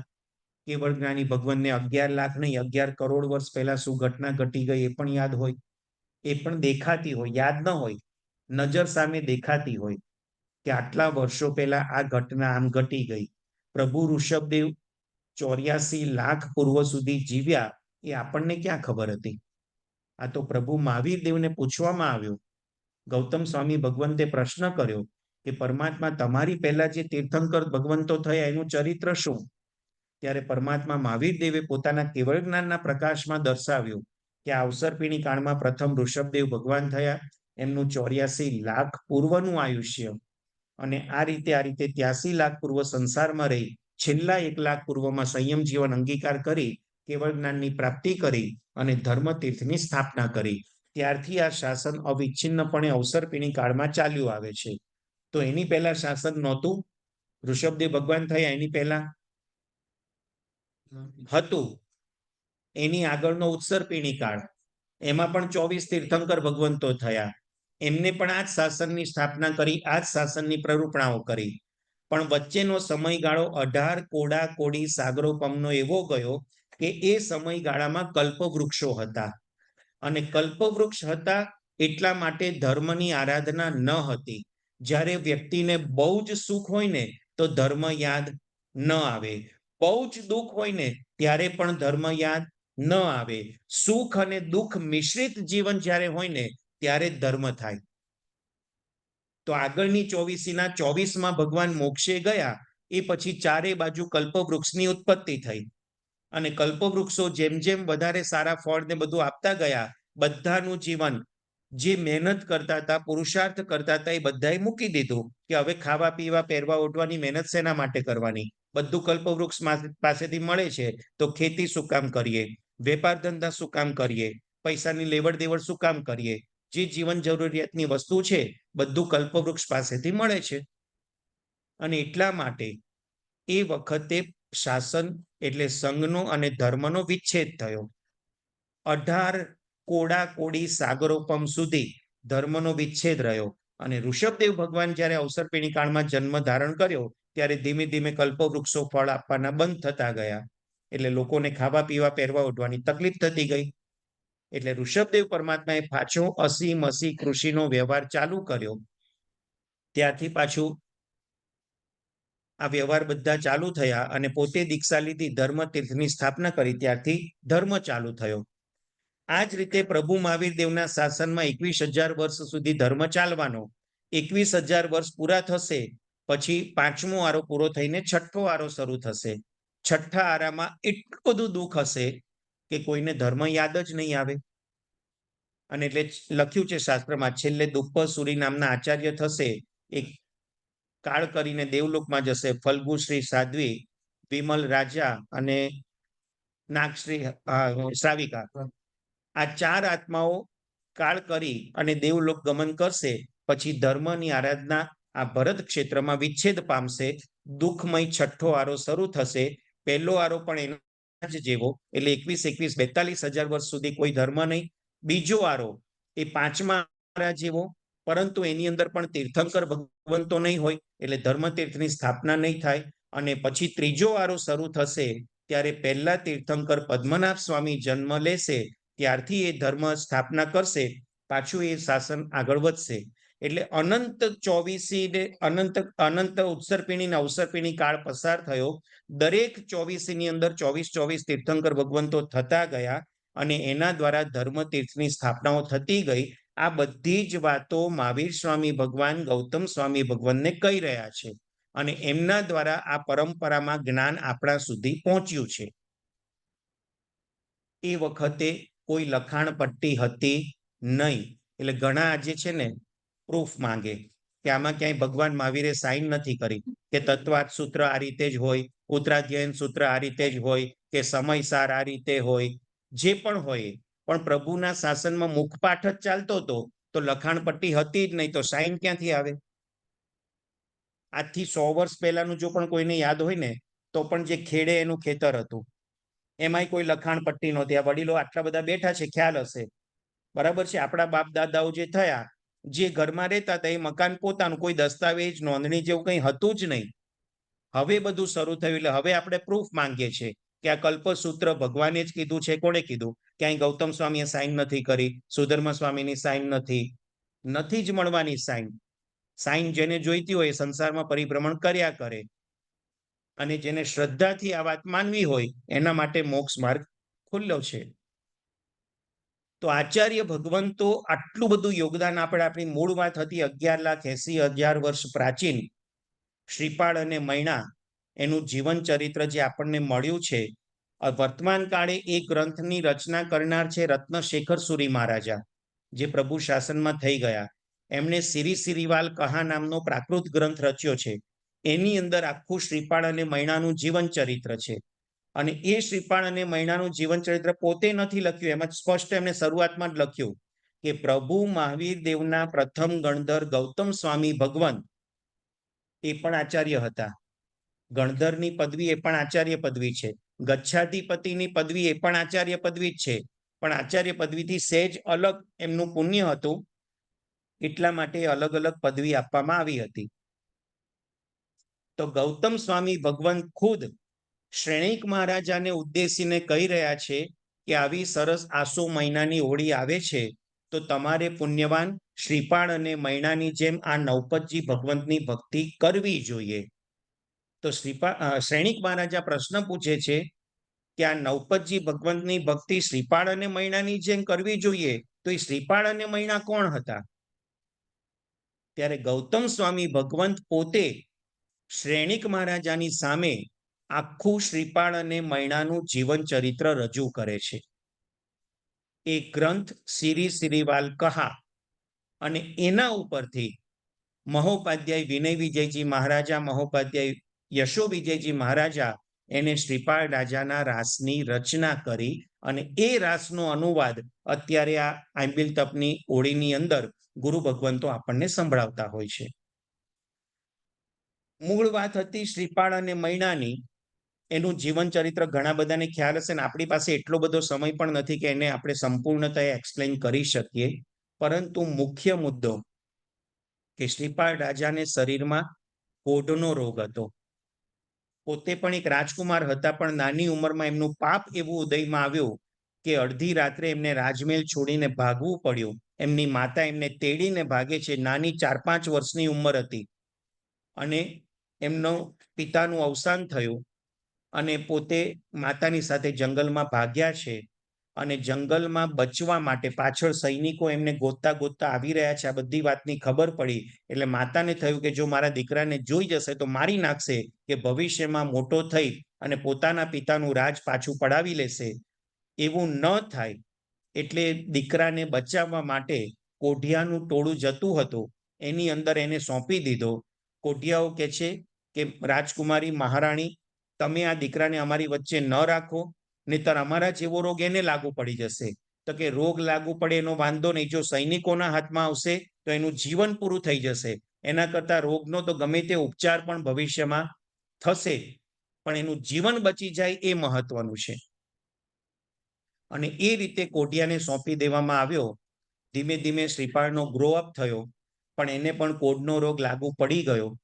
આ બધી વાતો શ્રીપાળ રાજાના રાસની અંદર ખૂબ સરસ રીતે મહોપાધ્યાય વિનય વિજયજી મહારાજાએ વર્ણન કરેલી છે. એમ કરતા કરતા યુવા અવસ્થાને જ્યારે શ્રીપાળ રાજા પહોંચે છે ત્યારે પ્રજાપાળ રાજાની દીકરી મૈણાસુંદરી એ જ્યારે પિતાની વાત સાથે સંમત થતી નથી ત્યારે પિતા ખૂબ કોપાયમાન થાય છે અને આ શ્રીપાળ કોઢિયા સાથે એના લગ્ન કરે છે. મૈણાની અંદર સંસ્કાર ઘણા બધા સારા હતા. ધર્મના મર્મને સમજેલી વ્યક્તિ હતી અને એને લેશ માત્ર દુઃખ નહોતું કે મારી બેન સુરસુંદરી એને આટલો ઉત્તમ રાજકુમાર એની સાથે પરણાવી અને મને સાવ આવા કોઢિયાપતિ સાથે પરણાવી. પણ ના, એને એક જ હતું કે મારા નસીબમાં જે લખ્યું છે એ પુરુષ મને મળ્યો છે, એમાં ક્યાંય દુઃખ કરવાનું હોય નહીં. અને એના રોજના સંસ્કારની જેમ જે દિવસે લગ્ન થયા, આખી રાત શ્રીપાળ અને મૈણા વચ્ચે ઘણી બધી વિચારણાઓ ચાલે છે. શ્રીપાળ પણ આખરે તો ખાનદાન કુળનો નબીરો હતો. એણે મૈણાને કીધું કે તું મને સ્પર્શ ન કરતી, મારો રોગ તને લાગુ પડી જશે. અને તમે સમજો, હજી તમે રાજકુમારી છો, આવું સુંદર રૂપવાન તમારું શરીર છે, તમે પિતાની વાત માનીને બીજા કોઈ સારા રાજકુમારને પરણી જાઓ, મારી સાથે તમારું જીવન બરબાદ થઈ જશે. ત્યારે મૈણા કહે છે કે તમે આવું ન બોલો. એક વખત પણ જેને પતિ તરીકેનો જેનો સ્વીકાર કર્યો, જિંદગીભર હવે બીજા માટે વિચાર પણ ન આવે. અને આખી રાત આ બધી ચર્ચાઓ ચાલે છે. સવાર થતા મૈણાસુંદરી શ્રીપાળને લઈને જિનાલયમાં પરમાત્મા ભક્તિ માટે ગયા. એ વખતે બંનેનું પુણ્ય હશે કે પ્રભુના કંઠમાં રહેલી માળા ઉછળી અને સીધી શ્રીપાળના ગળામાં આવી ગઈ. પ્રભુના હાથમાં રહેલું બીજોરું એ શ્રીપાળના હાથમાં આવ્યું. આ જોઈને મૈણાને થયું કે નક્કી કંઈક સારા સંકેત છે. દેરાસરમાંથી બહાર આવ્યા, હૃદયમાં આનંદ છે. નજીકમાં ગુરુ ભગવંત બિરાજમાન હતા, એમને વંદન કરવા માટે મૈણા પહોંચી ગયા. મુનિ સુંદર સુરી મહારાજા, આ વાત એટલા માટે લઉં છું, આચાર્ય પદ છે ને એ પણ આ જે શ્રીપાળ રાજાનો રાસ આપણને મળ્યો છે ને એના મૂળની અંદર, એ સિદ્ધ ચક્રની અંદર, એ નવપદની અંદર કોનું વિશેષ યોગદાન છે? તો આ મુનિ સુંદર સુરી મહારાજા, એમને વંદન કર્યું. એ પોતે જ્ઞાતા હતા, 14 પૂર્વના જ્ઞાતા હતા મુનિસુંદર મહારાજા. મૈણા અને શ્રીપાળને જોઈને સમજી ગયા કે મૈણા આવી સુંદર રાજકુમારી અને આ અજાણ્યો કોઈક વ્યક્તિ એની સાથે છે, પરપુરુષ છે, નક્કી એની સાથે એના લગ્ન થયા હોવા જોઈએ. અને મૈણાનું મુખ થોડું પડેલું હતું, એટલે આચાર્ય ભગવંતથી સહજતાથી પૂછાઈ ગયું કે શું કઈ દુઃખ છે, તકલીફ છે? અને એ વખતે મૈણા સુંદરી એટલું જ કીધું કે ગુરુદેવ, આપની પાસે કર્મના સિદ્ધાંતોને જાણ્યા છે, સમજ્યા છે, શીખી છું. આ મારી બાજુમાં છે મારા પતિ પરમેશ્વર છે, પણ એના કારણે હું દુઃખી નથી. મારા નસીબમાં જે છે પતિ મને મળ્યો છે, ખૂબ આનંદમાં છું. પરંતુ દુઃખ એક વાતનું છે કે મારા કારણે આખા નગરની અંદર ચર્ચાઓ ચાલી છે કે જોઈ મોટી ધર્મી, કેવો કોઢિયો પતિ મળ્યો. એના કરતા એના પિતાની વાત માની લીધી હોત તો કેવા સરસ રાજકુમાર સાથે એના લગ્ન થાત. ગુરુદેવ, મારા કારણે શાસનની નિંદા થાય છે કે ધર્મ તો આવો હોય કઈ? ધર્મનું પૂંછડું પડીને બેસી ગયા છો, આવા કેવા કોઢિયાપતિ સાથે લગ્ન થયા?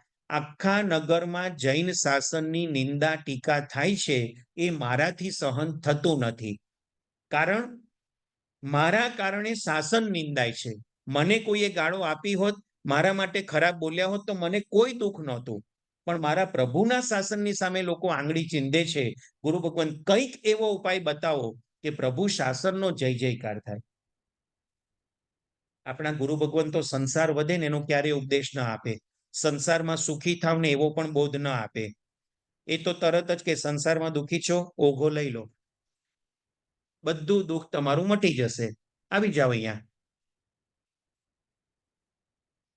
પણ દોરા ધાગા મંત્ર તંત્ર આ બધું આપણા ગુરુ ભગવંતનો આચાર નથી. પોતે જે પંચાચાર પાડીને પવિત્ર થયેલા હોય એ આવા બધા આચારોની અંદર નીચે ઉતરે? ક્યારે પણ ન બને. મુનિ સુંદર સુરી મહારાજા 14 પૂર્વના જ્ઞાતા હતા, પરિસ્થિતિને જાણી ગયા, સમજી ગયા. એમને એટલી જ ટકોર કરી, બેટા, આસુ મહિનાની શાશ્વતી હોળીના દિવસો આવી રહ્યા છે. જો એ શાશ્વતી હોળીની અંદર આઈનબિલ તપની આરાધના થાય અને સાથે સાથે નવપતજી ભગવંતની ભક્તિ સવિશેષ કરવામાં આવે તો એ નવપતજી ભગવંતના પુણ્યના પ્રભાવે અત્યાર સુધીમાં અનંત આત્માઓ મોક્ષે પહોંચી ગયા. ભવિષ્યમાં આ જ નવપતજી ભગવંતની ભક્તિથી અનંત આત્માઓ મોક્ષે પહોંચવાના છે. એટલે જે પુણ્યાત્મન આ નવપતજી ભગવાનની ભક્તિ કરે એનું તમામ પ્રકારે કલ્યાણ થાય, એનો યોગ થાય, એનું ક્ષેમ થાય. બીજી કોઈ વાત નહીં. આપણે હોય તો તરત પ્રશ્ન પૂછે, સાહેબ પણ આ કોઢનું શું? જલ્દી દૂર થાય એવું કંઈક કરો. આ ગરીબાઈનું શું? આટલી બધી ગરીબાઈ છે, ખાવા પીવાના ફાંફા છે, પહેરવા ઓઢવાના ફાંફા છે, રહેવા માટે છાપરું નથી, અને તમે કહો છો નવપતજીની આરાધના કરો ને ભક્તિ કરો. આપણી બધાની મનોદશા લગભગ આવી. પણ આ મહાપુરુષોના જીવન ચરિત્ર કેમ લખાયા, આપણે ખાલી એક વિચારણા કરીએ ને તો આ એક એક વાક્યમાંથી ઘણો બધો બોધ પ્રગટે. સહજતાથી મૈણા અને શ્રીપાળ એનો સ્વીકાર કરે છે, પ્રેમપૂર્વક સ્વીકાર કરે છે. ગુરુ ભગવંતે માર્ગદર્શન આપ્યું છે, ચોક્કસ એ આપણા માટે કલ્યાણકારી જ છે. આ વિશ્વાસ, આ શ્રદ્ધા એમના હૃદયમાં પ્રગટી ગઈ. અને પછીનો ઇતિહાસ આપણને બધાને ખબર છે કે બંને જણાએ આંબિલ તપની આરાધના શરૂ કરી. નવપતજી ભગવંતને હૃદયમાં કેવા ધાર્યા હશે કે પહેલા જ દિવસે શ્રીપાળને જે ભયંકર પેટમાં વેદના હતી, દુખાવો હતો, એ શાંત થયો. બીજો દિવસ, ત્રીજો દિવસ, એક એક આંબિલ તપની આરાધના આગળ વધતી જાય છે. એ નવપતજી ભગવંતની ભક્તિના પ્રભાવે 9મા દિવસે આખું શરીર નિરોગી બની ગયું. વર્ષોથી શરીરમાં રહેલો કોઢનો રોગ સંપૂર્ણતયા દૂર થઈ ગયો અને એકદમ ઉત્તમ એવું શરીર એમને પ્રાપ્ત થયું. કોનો પ્રભાવ? નવપતજી ભગવંતનો પ્રભાવ. કોના દ્વારા મળ્યું? મુનિ સુંદર સુરી મહારાજા દ્વારા મળ્યું. આચાર્ય ભગવંતોનું શાસનમાં યોગદાન કેવું હોય છે? આજે એક એ આચાર્ય ભગવંતે જો આ પ્રરૂપણા ન કરી હોત અને શ્રીપાળ અને મૈણાએ આ સાધના ન કરી હોત તો આજના શાશ્વતી ઓળીના દિવસોની આરાધના કંઈક અલગ રીતે થતી હોત.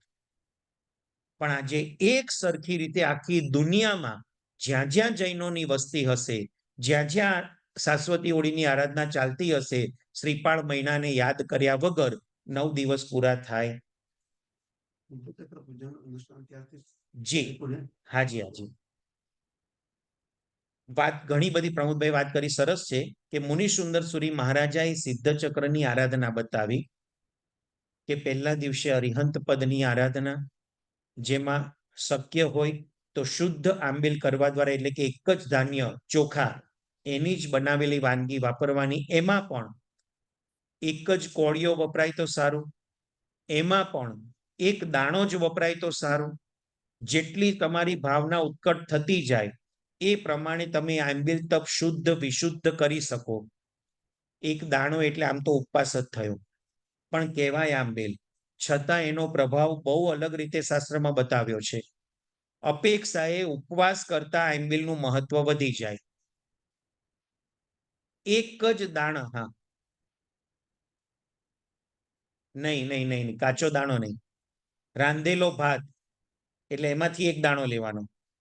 હા, અલુણું એટલે મીઠું પણ અંદર નહીં ઉમેરવાનું. એ રીતે તો આવી રીતે દરેક પદની આરાધના બતાવી.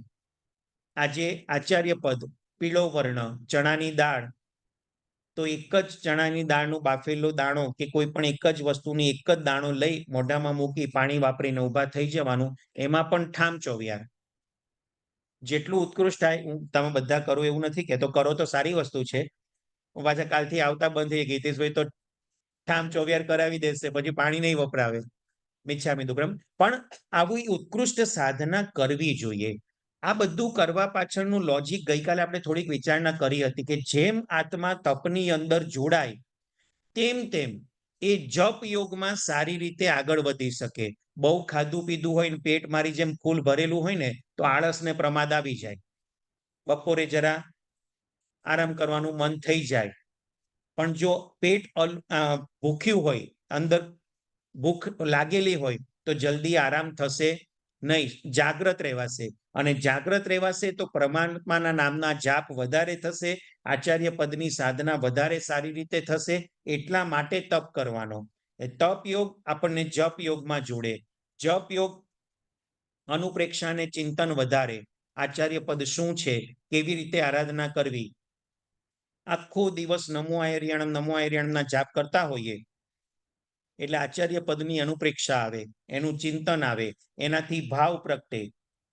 ભાવ પ્રગટે તો દાનશીલ તપ અને ભાવ ધર્મ એની અભિવૃદ્ધિ થાય, અને એની અભિવૃદ્ધિ થાય તો આ ચારે પ્રકારના ધર્મની આરાધના સિદ્ધિ પદ સુધી પહોંચાડે. એના મૂળની અંદર આંબિલ તપ છે. તો આવા એક એક પદની આરાધના મુનિ સુંદર સુરી મહારાજાએ શ્રીપાળ અને મૈણાને બતાવી છે. એ બંને પુણ્યાત્માએ આની આરાધના અને સાધના કરી પણ ખરી, અને એનો પ્રભાવ જો આપણે જોઈએ તો પછીના આવનારા વર્ષોમાં દિવસોમાં શ્રીપાળ અને મૈણાની જે સમૃદ્ધિનું વર્ણન આવે છે, આપણી આંખો પોળી થઈ જાય કે આટલી બધી સાધના અને આરાધનાનો પ્રભાવ હોઈ શકે, આટલી સમૃદ્ધિ મળી શકે. ચોક્કસ મળે. શ્રદ્ધા હૃદયમાં જોઈએ. દરેક જગ્યાએ લોજિક દોડાવીએ, તર્ક અને વિતર્ક દોડાવીએ કે આનું આમ કેમ ને આનું આમ કેમ, આ કેમ નહીં ખાવાનું, આ કેમ વાપરવાનું. અત્યારે તો આંબેલમાં પણ વેરાયટી એટલી બધી આવે ને, મનમાં ઢોસા આવી ગયા આંબેલની અંદર, રસગુલ્લા હવે તો બને છે. બોલો, આંબેલના રસગુલ્લા. ગળપણ નહીં નાખવાનું, ચોખાનો લોટ બાંધીને રસગુલ્લા બનાવે, પાણીમાં પલાળી દે, બીજું કેટલું કેટલું બધું આવવા માંડ્યું. બાપરે, મને એમ થાય કે આ ખરેખર આહાર સંજ્ઞા તોડવા માટે આંબેલ થાય છે કે આહાર સંજ્ઞાને પોષવા માટે આંબેલ કરીએ છે.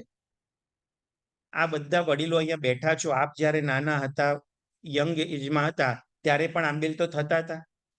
ગણીને 5-7 આઈટમ હોય, એ રોટલા, રોટલી, મગની દાળ ને અડદની દાળ ને વાપરી લીધું ને ઊભા થઈને નીકળી ગયા. આજે 40 આઈટમ હોય તો કે હજી આ ના બનાવ્યું. એટલે હકીકતમાં આપણે આપણા આત્માને ઢંઢોળવાની જરૂર છે કે મારે આ બધું છોડવા માટે હું આંબેલ કરું છું કે આ બધું ભેગું કરવા માટે આંબેલ કરું છું. આહાર સંજ્ઞાને તોડવી છે કે પુષ્ટ કરવી છે? જો પુષ્ટ કરવા માટે જ કરતા હોઈએ ને તો ચોક્કસ ભૂખ્યા રહ્યા ને એટલું પુણ્ય બંધાય. તળેલું ન ખાધું, તેલ ઘીનો ત્યાગ કર્યો એટલું પુણ્ય બંધાય. પણ આંબેલ તપનું જે પુણ્ય બંધાવવું જોઈએ, એ તો આહાર સંજ્ઞાને તોડવા માટે હું આંબેલ કરું છું. એ ભાવથી આંબેલ થાય. એમાં પણ જે પીરસાય એટલું જ લેવાનું. સામેથી મારા માટે જરા 2 રોટલી ગરમ કરીને લાવો, ખાખરો ગરમ કરીને લાવો. આ રોટલો તો બાપ કેવો જાડો બનાવ્યો, જરા સરખો ગરમ કરો તો મોઢે ઉતરે. જો આવી બધી ભાવના થતી હોય તો સમજવું કે હજી આહાર સંજ્ઞા છૂટી નથી. તો આજે થોડી ચોક્કસ હું ક્યાં ના પાડું છું. એટલા અંશે પણ ત્યાગ કર્યો એની અનુમોદના જ કરું છું. હું પહેલો જ બોલ્યો કે ભલે આહાર સંજ્ઞાને પોષવા તો પોષવા, પણ તળેલું તો ત્યાગ કર્યો, ઘીનો તો ત્યાગ કર્યો, દૂધ દહીંનો પણ ત્યાગ કર્યો, 6 વિગયનો ત્યાગ કર્યો. હું ભૂલી ગયો તો જો યાદ કરાયું, સરસ, અનુમોદના. એટલે જ તમે મારા ઉપકારી છો. હું પહેલા દિવસે આ બધું બોલ્યો તો બરોબર છે. રોજે રોજ હું નથી બોલતો. મેં પહેલા દિવસે કીધું તમે બધા ભેગા થઈને મારી પર ઉપકાર કરો છો. હું કોઈ તમારી પર ઉપકાર નથી કરતો, કારણ કે તમે ભેગા થાવ છો ને તો મારો સ્વાધ્યાય થાય છે. બાકી તમે હમણાં ભેગા ન થયા હો તો મારો સ્વાધ્યાય આવો સરસ થાત નહીં. એટલે તમારા ઉપકાર મારી ઉપર છે. બસ આ ઉપકારની જડી વરસાવતા રહેજો, આશીર્વાદ આપતા રહેજો. હા, આહારની ક્વોન્ટિટી તો આ દરેકના શરીરના પ્રમાણ પર છે.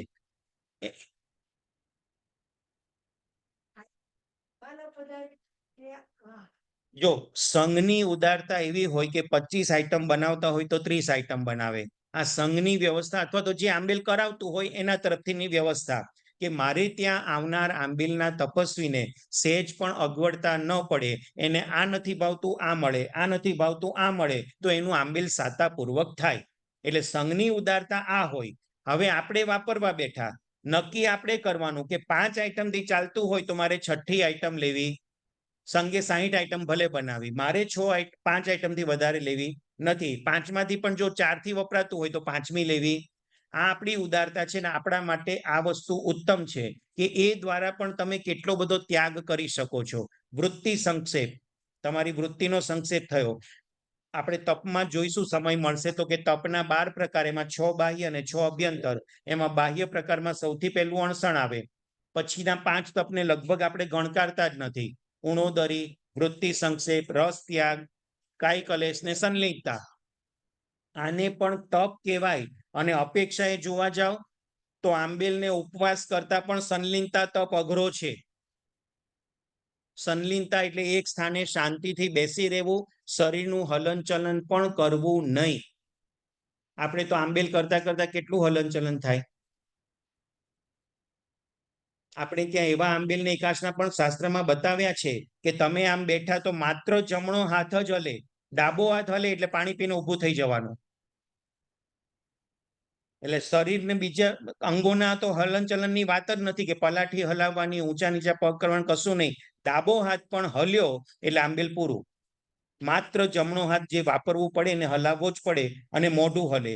એના સિવાયના શરીરના અંગોનું હલનચલન પણ ન થાય. આ સંલિપ્તતા નામનો ઉત્કૃષ્ટ તપ છે. પણ આ બધી કદાચ સમજણ આપણી પાસે નથી અને એના કારણે આ કાર્ય કરી શકતા નથી.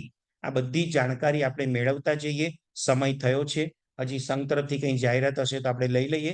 જીનાગના વિરુદ્ધ કાંઈ પણ બોલાયું હોય તો મિચ્છામી દુક્કડમ. હાજી, ક્વેશ્ચન આન્સર પ્રદીપભાઈ. બહેનો પણ તૈયાર છે, યાદ કરાવી પેલા ક્વેશ્ચન આન્સર.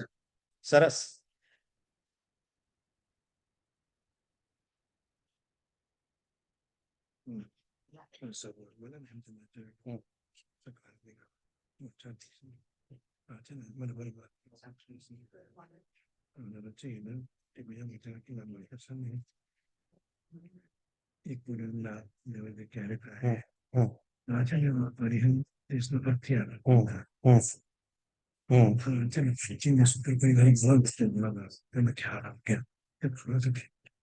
જી, શરૂઆતમાં આપણે એક આચાર્ય ભગવંતને યાદ કરી અને એમની રચનાની કોઈ આપણે સ્તોત્રપાઠની એકાદી ગાથા બોલ્યા હતા. તો કયા આચાર્ય ભગવંતની રચના હતી ને કઈ ગાથા હતી? આંગળી કીધું મેં ખાલી, બસ.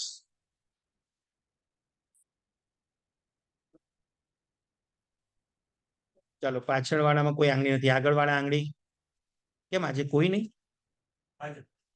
આચાર્ય ભગવંત, હા ભાઈઓમાં, જી જી, બોલો બોલો, સરસ. કયા? ના, એમને યાદ કર્યા હતા, પણ જે રચના એમને કરેલી છે એવી રીતે મેં યાદ કર્યા. એ કયા આચાર્ય ભગવાનને યાદ કર્યા? કયા આચાર્ય ભગવાન? કલિકાલ સર્વજ્ઞ હેમચંદ્રાચાર્ય સૂરી ભગવંતે રચેલી ગાથા નામા કૃતિ દ્રવ્ય ભાવઈ પુનત શ્રી જગતજનમ. બરાબર છે, સરસ. અનુમોદના. આચાર્ય ભગવંતને શેની ઉપમા આપવામાં આવી છે?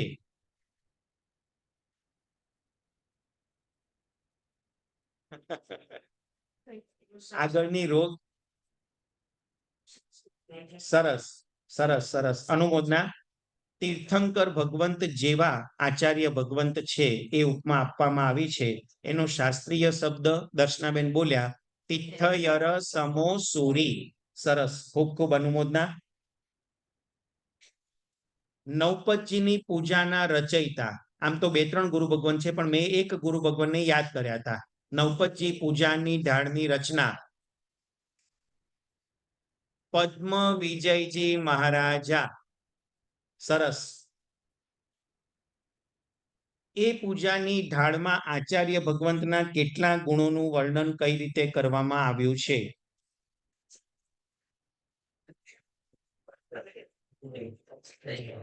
પ્રદીપભાઈ, તમે પેપર ઓપન કરી દીધું બધું. આ બધા બોલવા જ માંડ, પાછળ વાળા બિચારા આંગળી ઊંચી કરીને રાખે અને તમે બોલવા માંડો. અહીંયા તમારી ભાષામાં એક શબ્દ બોલું તો આને કર્ટસી ના કહેવાય. આવડત ચોક્કસ સારી, અનુમોદના કરું છું, ક્રિટિસાઇઝ નથી કરતો, પણ કર્ટસી નથી એ વસ્તુ હકીકત છે. થોડુંક પાછળ વાળા કોઈકને આવડે ને તો એને પ્રયત્ન કરવા દો. આપણે અનુમોદનાનો એક આનંદ થાય. બરાબર છે? હા, અનુશાસનની જરૂર છે, એના માટે આચાર્યને લાવવા પડે. મારા જેવા અભણને લઈ આવો. એક પૂર્વનું જ્ઞાન છેલ્લે કોને હતું કે જેમની નિશ્રામાં ગ્રંથો લિપિબદ્ધ થયા? બાજુવાળા ટેકો આપો. તમે બોલો ને વડીલ, તમે એમને ટેકો આપો છો સારું કહેવાય, પણ તમે બોલો તો વધારે સારું. બોલો પાછળ. નહીં. સરસ સરસ, દેવર્ધી ગણી ક્ષમા શ્રમણ. ખૂબ ખૂબ અનુમોદના. એવું છે, સરસ સરસ. તો કાલથી એમને પહેલી લાઈનમાં લઈ લેજો પાછા. અમે તો પેલું છેલ્લી પાટલીમાં બેઠા હોય ને એટલે એમને સમજીએ કે ચાલો આ. સરસ. દેવર્ધી ગણી ક્ષમા શ્રમણ નામના આચાર્ય ભગવાન. હા, એ આચાર્ય ભગવાન ભગવાન મહાવીરના નિર્માણથી કેટલા વર્ષે થયા? બોલો શ્વેતાબેન. 900. હજી કર્ટસી નથી જળવાતી, બધું બોલાઈ જાય છે. સરસ. જો કે આવડે ને એનો બી આનંદ હોય, એ આનંદ એવો ઉછાળા મારે ને કે શબ્દ રૂપે બહાર આવી જ જાય. ગમે એટલું તમે ટોક ટોક કરો પણ એ ફટ દઈને શબ્દ બહાર આવી જ જાય. તીર્થંકર ભગવંતો દેશના કેવી રીતે આપે અને ગણધર ભગવંતો કેવી રીતે ઝીલે? બોલો.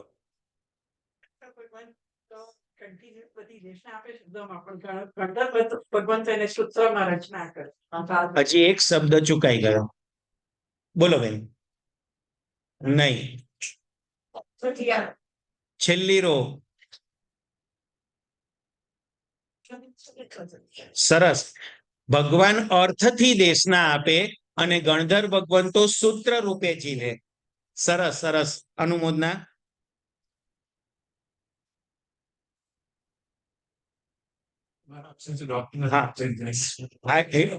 એટલે મારે પેલું મેડિસિન વાળો બનવું પડે તો જ અક્ષર ઉકેલે ને મારે.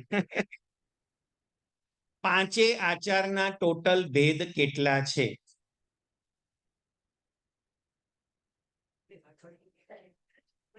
બોલો. 39. સરસ.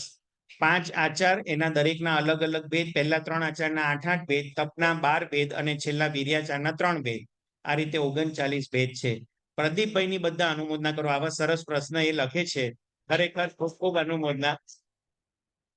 હવે સંઘ યોગ્ય કોઈ કાર્ય હોય તો એની જાહેરાત અને ત્યારબાદ આપણે સર્વમંગલ કરીએ. પચખાણ આપી દઈએ. 1 મિનિટ જાહેરાત થઈ જવા દો. જય જિનેન્દ્ર, આપ સૌ આટલી સરસ સંખ્યામાં આવો છો. શિકાગો સંઘનું ધન્ય ભાગ્ય છે અને આપણે 3 દિવસથી શ્રી હિતેશભાઈ આટલા સરસ સ્વાધ્યાય કરે છે તે બધા અમે સૌ આપના આભારી છીએ.